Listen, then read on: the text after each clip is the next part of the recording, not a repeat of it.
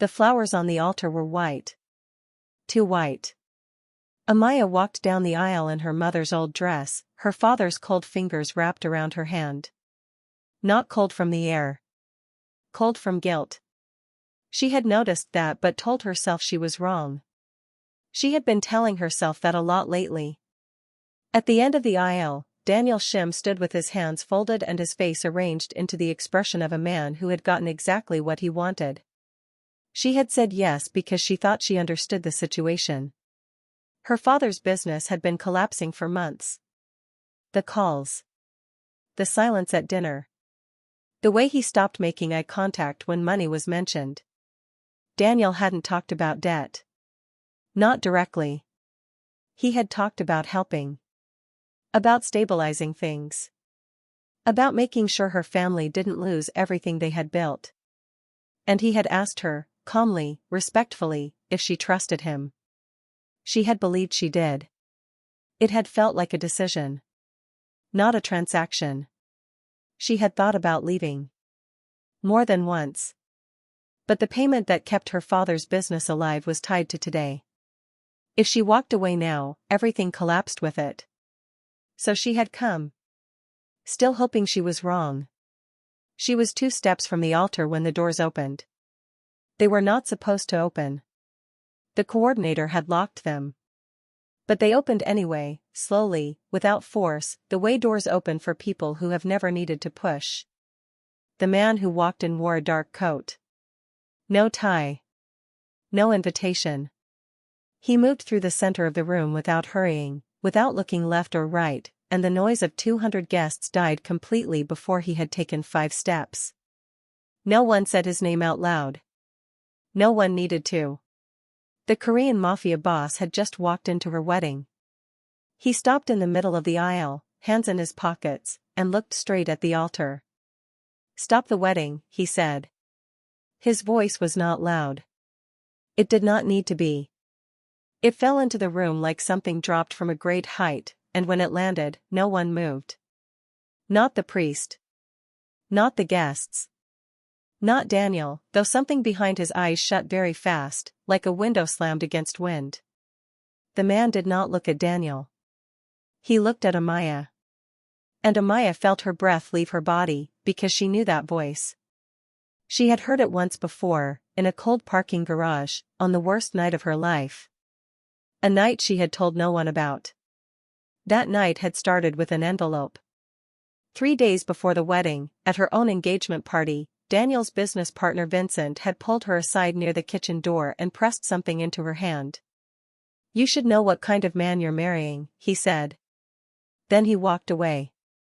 She opened the envelope in the bathroom. One photograph. Daniel in a parking garage, shaking someone's hand over a stack of documents. Her father's company name printed at the top of the page. A number with too many zeros. She understood it immediately. Her father had been drowning in debt for 3 years. She had known that. What she had not known was that Daniel was the one holding him under, and that this marriage was the agreement that brought him back up for air. She had not been chosen. She had been traded. Quietly, with flowers, and with the right words said to her face while a completely different conversation happened behind her back. She had understood enough to know something was wrong. But not enough to see how far it went. She had driven out of the city that night without knowing where she was going and ended up in a parking garage near the old Riverside buildings, sitting in her car in the dark. She had thought about not going back. But the agreement didn't wait. If she didn't show up, the payment was pulled, immediately. Not in days. Not in weeks. Today. So she had come. Still hoping she was wrong. She had been in the garage for almost an hour when he knocked on her window. 2 quiet knocks. Not urgent. Just enough. She looked up. Tall. Dark coat. A calm face that gave nothing away. "You've been here a long time," he said, when she cracked the window open. "Are you hurt?" "No." "Are you safe?" That question. That specific question. It broke something open in her chest, because no one had asked her that in so long. I don't know, she said. He did not try to open her door. He did not ask for her name. He said, then stay until you do. I'll be nearby. And he sat down on the concrete steps 15 feet away and stayed there for 2 hours. Not watching her. Not hovering. Just present. When she finally stepped out, she walked to him and said, I'm okay now. He nodded once. Good. Why did you stay? She asked. You were alone and something was wrong, he said. That's enough. She drove home without knowing his name. She thought about him 6 times in the next 3 days, then told herself to stop. She had not stopped. Now he was standing in her wedding hall and Daniel was stepping forward from the altar, his voice pulled tight. Who are you? Daniel said. You know who I am. And the way Daniel's face changed, just slightly, just around the jaw, confirmed it. He did know. And what he knew was making him afraid. Daniel's voice hardened. You need to leave. Lee Han-jun did not raise his voice. He did not move. But 3 of Daniel's men, positioned near the side walls, stepped back without being told to. Just one quiet step each, like something in the room had shifted and their bodies knew it before their minds did. Daniel saw it. His mouth tightened. Amaya saw it too. And she understood, in that moment, that the balance of the room had already changed. Whatever Daniel had planned for this day, it was not working anymore. One of the security guards near the side door moved forward, hand raised. The man in the dark coat reached into his pocket and placed a small card on the nearest seat without looking at the guard. The guard picked it up. Read it. Stepped back. Her mother was gripping her father's arm. Her father was not looking at the stranger. He was looking at the floor. He knows, Amaya realized. He knows exactly who this man is. He knew before today. That landed in her chest like something cold. The man turned his eyes back to her. Only to her.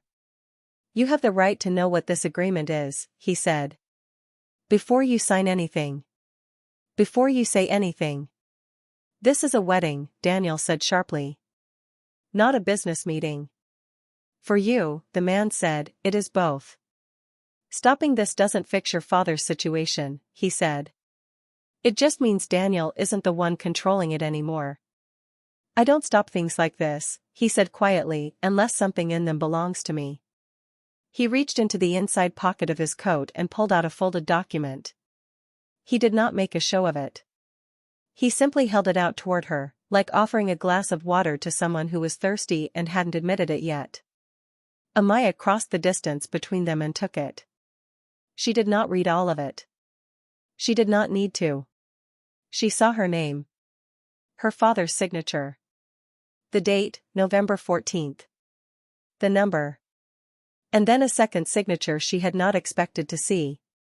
Her breath stopped. The second signature was her father's lawyer. The man who had also been, for the past 3 years, the person handling her father's debt payments. The man she had trusted. The man who had attended 3 of her family dinners and once given her advice on her career. There was a note in the margin, handwritten, next to her name, subject unaware. To remain so until ceremony. Subject. She was a subject. She had been a subject the whole time.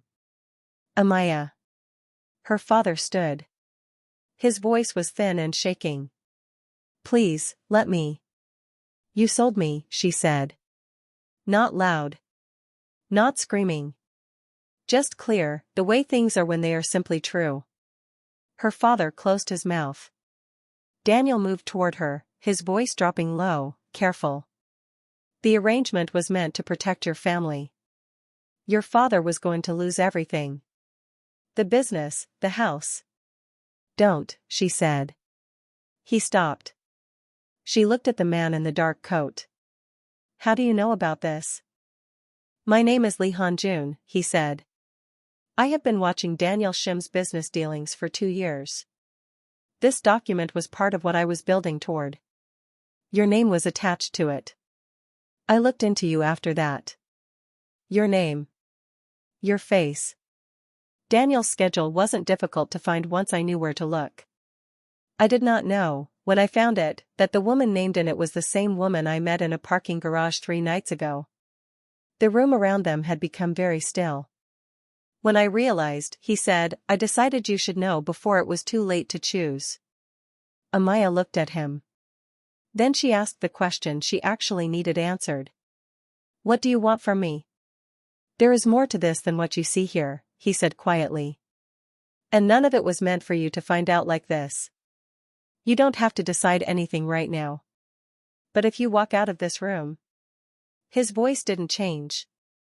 You walk out knowing the truth. The guests were silent. Somewhere near the back, a woman was crying softly. Daniel's jaw was tight. Her father was still looking at the floor. Amaya looked down at the document in her hands. Then at the altar. At the white flowers. At the priest studying his own shoes. At Daniel, who, even now, even here, in front of everyone, was watching her with the face of someone calculating their next move. She had been a subject. She had been unaware, by design, for months. She was aware now. She picked up the hem of her dress. Amaya. Daniel's voice changed. The careful edges dropped out of it. Think about what you're doing. She walked down the aisle toward the doors. She passed Li Hanjun without stopping. But when she came level with him she said, quietly, without turning her head. You sat outside my car for 2 hours. Yes, he said. You knew, even then, who I was? For a moment, he said nothing. No, he said. I found out after. She pushed through the doors. Cold air hit her face. She walked down the stone steps outside and stopped at the bottom and stood there in her mother's dress with a document in her hand and a future she had not chosen and could not yet see clearly. His footsteps came behind her. Not fast. Not slow. The same way he had sat on those concrete steps, simply there. She turned. This doesn't end here, she said. It wasn't a question. No, he said. Daniel won't let this go. I know. And the name in my father's files, whoever it is, they're going to know you came here today. They already know, he said. They knew before I arrived. Something about the way he said it made her stomach tighten. She looked at him carefully. How long have they been watching? He was quiet for 1 second too long. How long, she said again. Long enough, he said, that the envelope you received at your engagement party, the one from Vincent, was not sent to help you. He looked at her steadily. It was sent to push you. Whoever is above Daniel wanted you scared, moving, reacting. They wanted to see what you would do. You said something in that room belonged to you, she said. He didn't answer. The cold moved through her dress. The city stretched out below the steps, gray and busy and completely indifferent. Somewhere above it, in her father's company files, a name was buried and waiting. And somewhere, she now understood, someone was already watching to see which way she would run. She looked at the black car at the curb. Then at Li Hanjun. You said you'd tell me everything, she said. Yes. All of it. Not just what helps you. All of it. He looked at her for a moment. All of it, he said. She walked down the last step and pulled open the car door herself. Then get in, she said. And start talking. She sat down. He came around the other side. The door closed. The city moved outside the window. Behind them, the hall doors opened and Daniel's voice called out her name, loud now and sharp, the careful edges completely gone. She did not turn around. There's a name behind Daniel, he said. She didn't look at him. And you need me to find it. I need access that won't draw attention, he said. Right now, you're the only one who can get it clean. The car pulled away from the curb and the wedding hall grew smaller in the rear window, and then it was gone. Neither of them spoke for a moment. Then she said, without looking at him. "The name in the file. You think you know who it is already, don't you?" He said nothing. She turned to look at him. His face was exactly as unreadable as it had been in the parking garage, on the steps, in the wedding hall. "Don't you?" she said. He looked at her. And for the first time since he had walked through those doors, something shifted behind his eyes. "Not much. Just enough." "Yes," he said quietly. "And if I'm right, Amaya, the person above Daniel is not someone who loses quietly." The car kept moving. The city kept passing. The wedding hall disappeared behind them. No music. No vows. No second chances. Just over. Amaya looked down at the document in her hand, then slowly folded it shut. 6 months of trusting the wrong person. 6 months of believing something that was never real. 6 months of silence. And in less than 10 minutes, it had all ended. She didn't know what came next. But for the first time, it would be her choice. "Tell me the name," she said. He looked at her for a moment. Then he said it. Quietly. And this time, she didn't look surprised. She looked like she had just realized how deep this went.